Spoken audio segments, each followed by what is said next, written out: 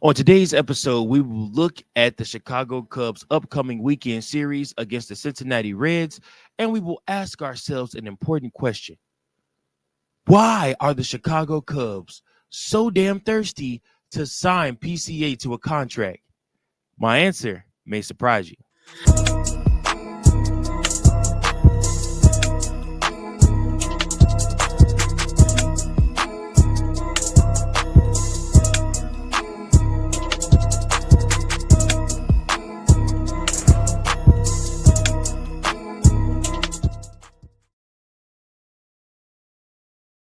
What's up, everybody? It's your boy Mike Jones back again with another episode of Chicago Cubs Central, your number one spot for all things Chicago Cubs. I appreciate each and every single last one of you beautiful people out there that have subscribed to this podcast, that have tuned in to the content, and are just enjoying and rocking with your boy and talking Chicago Cubs. Listen, Chicago Cubs are on a heater right now. They just finished off the Colorado Rockies yesterday and got the win over them, the third win and the sweep over the Rockies as they were supposed to, proving that they are indeed one of the best teams in the division and also in the National League. The Chicago Cubs, without a shadow of a doubt, guys, I think it's fair enough to say we've seen a big enough sample size to say this team is one of the better teams in the National League as a whole.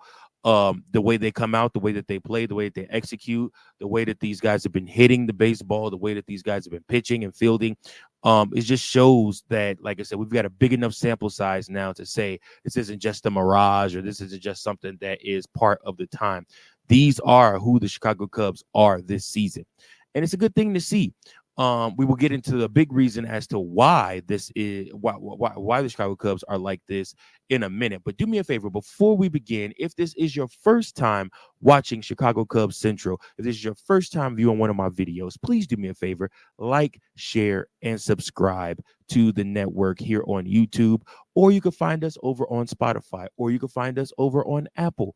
You can also find us on X at Chicago Cubs Central Podcast. Listen, we do all different types of social media. We are constantly doing videos. We do live call games as well as breaking news stuff. So you don't want to miss this. Once again, I appreciate each and every last one of you that make this your number one spot for all things Chicago Cubs. With that being said, the Chicago Cubs do take on the Cincinnati Reds, another team that is in between. Like they win two games, go over 500. They lose three, go under 500. This is basically how they've been floundering at that 500 mark all season long. This is another team that Chicago Cubs can take advantage of and go out there and at the least win the series. At the best, sweep. Like I said, the Chicago Cubs do have the opportunity to do that. Friday's game will be no peach, though. They will go up against Abbott, who has been pitching very well for the Cincinnati Reds. He is 4-0 with a 1.77 ERA and 40 innings pitched. He has a 1.16 whip on him, but then again, the Chicago Cubs will send out Colin Ray, who is 3-1 with a 3.28 ERA with a 1.29 whip. He has pitched in 46.2 innings for the Chicago Cubs. This first game on Friday will probably be the biggest test out of all three. Last week, the Chicago Cubs saw Hunter Green, who was a huge test for them, and they were able to still come back and win that game in Cincinnati. Hopefully, they can do the same here and win this game and beat the Reds. Also, then on Saturday, we are looking at the Cincinnati Reds sending out Lodolo. His name is Nick Lodolo. He will be pitching. He's 4-4 with a 3.39 ERA, 1.10 whip, and a 63.2 innings pitched. He's definitely been the workhorse for the Cincinnati Reds. You can see that. And the Chicago Cubs will send out Ben Brown. He's 3-3, 6.39 ERA, 1.6 whip, and with 50.2 innings pitched. And then the last Sunday game will be, I was getting ready to go back to the other stuff. The Sunday game to start off the month of June, the Chicago Cubs will go up against Nick Martinez, who was 3-5 with a 3.48 ERA. He will go up against Jameson Tyone, who is 4-3 with a 3.86 ERA. So the Chicago Cubs do have some work to do. Like I said, the Chicago Cubs need to keep the ball in the park. The obviously Ellie De La Cruz is a spark anywhere that he plays. He's an amazing baseball player, but he can be got, and the rest of those Cincinnati Reds can be got also. So the Chicago Cubs have to put their best foot forward. Come on, play their best baseball, man. Like I said, get back to scoring runs. Got to get back to scoring runs. We got a little bit comfortable playing to lower competition when we played against the Rockies, and I don't want the Chicago Cubs to make that mistake of finding themselves in another run slump, and you end up losing 2 of these games to the Cincinnati Reds that you absolutely can win. So it's important that the Chicago Cubs do what they need to do, take care of business, and win these games. It's point blank, simple as that. Come out there, do what you need to do to win baseball games. Now, with that being said, that is your weekend series, and all those games are 120 games. All those games will be on the Marquee Network, so you can tune in there. With that being said, the Chicago Cubs, we've been hearing news after news after news that the Chicago Cubs are trying their damnedest, trying their hardest to sign Pete Crow-Armstrong to an extension. The outfielder Pete Crow-Armstrong, and they have not yet reached a deal. The last deal that was initially offered was $75 million extension. But Pete Crow-Armstrong, smart on his part, turned that deal down. PCA is under team control right now as it stands until 2031. So I guess that leads me to ask the question, what the heck is the rush, right? Well, the Chicago Cubs want to lock down PCA long term. They want PCA to be the guy in Chicago for years and years and years and years to come. The things that he's able to do, the offense he's able to play, the electricity that he brings to the field, to the arena, to the stadium, to the fan base. I mean, his marketable face, his attitude, the way that the MLB loves him and loves to talk about him just automatically screams superstar. And he has proven in his time this season in the games he has played that he is that. He's just that. He's a superstar. Well, with Chicago Cubs played 56 games so far this season already, and PCA has proven he is a superstar. And the Chicago Cubs are buying in, and they want to get on the PCA train while the train is hot. The Chicago Cubs are even, and this is different for the Cubs because they don't normally do this. Only two people I've heard them be willing to negotiate contracts with during the season. PCA, Kyle Tucker. The Cubs are open to negotiating a contract extension with PCA even during the season and are interested in securing his long-term future with the team. So PCA is not arbitration eligible until 2027 and won't become a free agent until 2031, giving the Cubs some flexibility in negotiations. So like I said, PCA, he did already turn down and decline the Chicago Cubs $75 million contract, according to MLB.com. But Yahoo Sports predicts that PCA could sign upwards of $135 million contract extension if he continues to perform well. So, like I said, the Cubs and PCA have both exchanged proposals, but have tabled those discussions for now, with PCA focusing on his play during the season.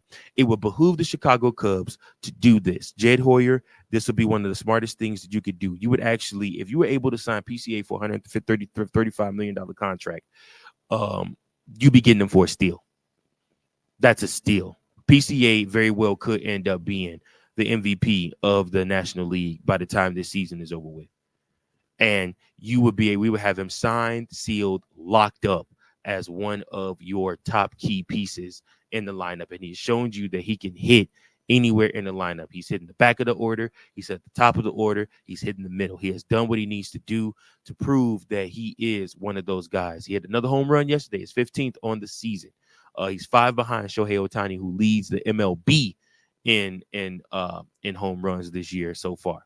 And again, like I said, the Chicago Cubs do need to lock down their long-term future, and PCA should very well be a part of that long-term future.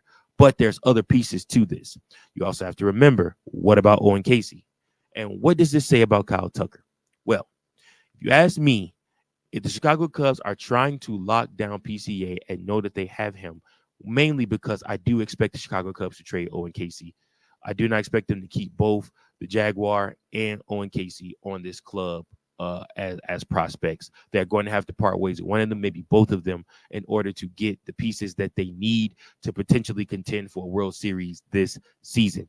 With that being said, the Chicago Cubs do have to make some tough decisions, and locking up PCA just lets you know that this roster of PCA, Tucker, hopefully Tucker, and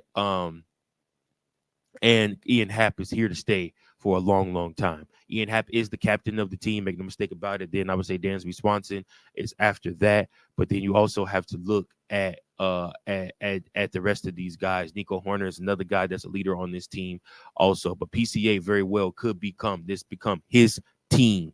You know, like I said, he has that electric, he has that type of skill set, and is able to do crazy things with the bat. I saw somebody on X say that PCA is Javi Baez 2.0 just playing center field.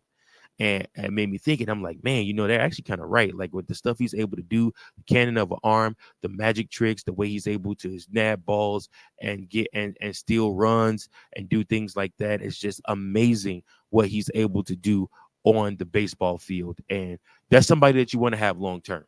So the Chicago Cubs locking up PCA long term. He is so young, and you have so much time with him, and he could be the face of the Chicago Cubs for the next 10 years, which is crazy because you look at this and you're like, man, I was whole time thinking it was going to be Kyle Tucker.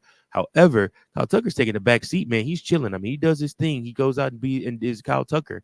But at the same time, out right in front of you, loud screaming like, it's me, I'm him, it's Pete Crow-Armstrong, which brings me to Kyle Tucker. The Chicago Cubs, whether you get a deal done this in the regular season with PCA or not, do not think that that's enough. You still need to re-sign Kyle Tucker. You need to extend Kyle Tucker. You need to get a deal done with Kyle Tucker as well. He is an important part not only to what PCA does, he is an important piece to the success we've seen of Seiya Suzuki. Seiya Suzuki finally looks like the guy that we signed from Japan 3 years ago. And all it took him was getting a guy in front of him or hitting behind him the teams just don't want to pitch to. So Seiya Suzuki is able to see a lot better pitches because of that. And then you have Ian Happ either in front of him or you got PCA behind him. So teams are just like, I mean, I'll take my chances with Seiya, and Seiya has made them pay multiple times. So with that being said, it's imperative that you still keep Kyle Tucker and sign him to a deal. But let me know in the comments below, guys, what are your thoughts on why the Chicago Cubs are so damn thirsty, so eager to sign PCA? Obviously, we get he's a star, but what are your other reasonings? What do you think is the reason why the Chicago Cubs are trying so desperately to sign and keep Pete Crow-Armstrong a part of the Cubs' future for years to come? Let me know in the comments below. I appreciate each and every last one of you. Let me know what you guys think is a good contract for PCA. I'm thinking somewhere probably around 200 million is what you're going to end up having to pay PCA. His game just translates to that. It speaks to that.